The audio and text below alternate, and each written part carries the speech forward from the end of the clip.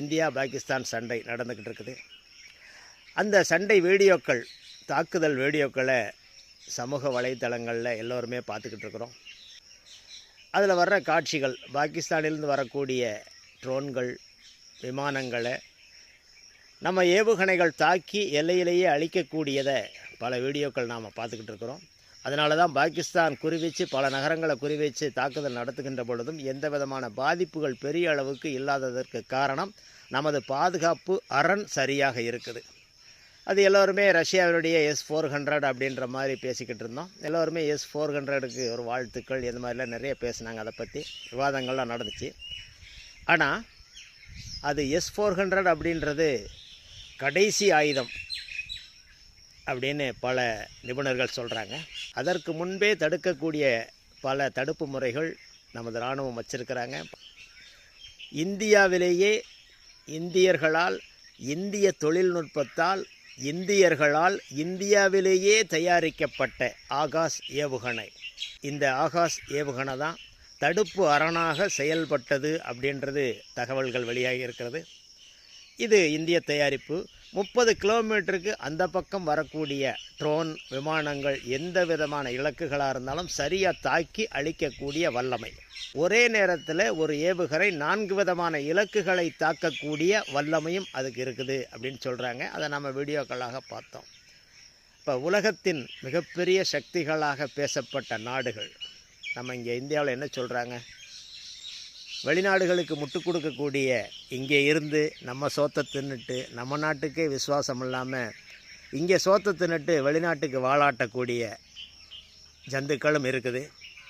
அதுக்கு பேசிச்சு சைனாவை பாரு, ரஷ்யாவை பாரு, ஜப்பானை பாரு, அமெரிக்காவை பாரு அப்படின்னு வெளிநாடுகளை பாருன்னு சொன்னானே.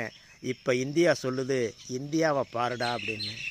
உலகத்தில் எல்லா நாடுகளும் இன்றைக்கி இந்தியா உற்று நோக்கி இருக்குது.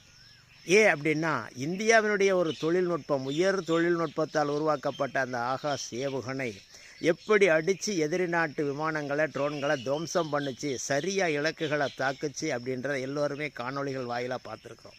இப்போ அந்த அளவிற்கு ஒரு வலுவான இந்தியாவாக இன்றைக்கு உருவாகி இருக்கிறது. இது இன்னொரு விஷயத்தை இந்தியாவுக்கு கொடுத்துருக்குது. இந்த போர் ஒரு பக்கம் இந்தியாவிற்கு ஒரு பாதகமாக இருந்தாலும், என்றைக்குமே போர் நடந்துச்சுன்னா ஒரு சின்ன பாதிப்புகள் இருக்கத்தான் செய்யும். அதே நேரத்தில் உலக அரங்கில் இந்தியாவை இந்த போர் உயர்த்தி இருக்கிறது அப்படின்னு சொல்லணும். ஏன் அப்படின்னா அதே வீடியோக்கள்லேயே இன்றைக்கி பாகிஸ்தானில் இருக்கக்கூடிய சைனாவினுடைய டிஃபென்ஸ் சிஸ்டம் எப்படி வேலை செஞ்சது அப்படின்றத பார்த்தோம். இது நாம் மட்டும் பார்க்கல, உலகமெல்லாம் எல்லா நாடுகளும் பார்த்துக்கிட்டு இருக்கோம்.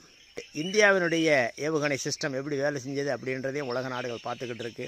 குறைந்த செலவில் உயர் தொழில்நுட்ப தடுப்பு ஏவுகணைகளை இந்தியா தயாரித்து பயன்படுத்தியும் காட்டிருச்சு உலக நாட்டுக்கு.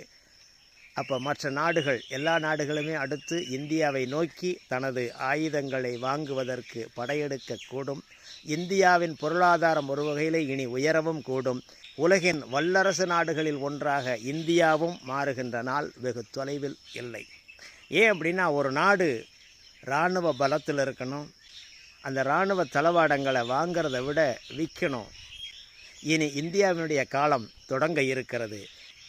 நிச்சயமாக இந்தியா பாகிஸ்தான் போருக்கு பின்பாக ஒரு உன்னதமான இடத்திற்கு சென்றே தீரும். ஏனென்றால் போர் தளவாடங்கள் எல்லாம் இனி இந்தியாதான் நிர்ணயிக்கக்கூடிய சக்தியாக மாறும். குறைந்த செலவு, நிறைந்த நம்பிக்கையான தரம், அதுதான் இந்திய தரம், பாரத தரம். ஜெய் ஹிந்த்.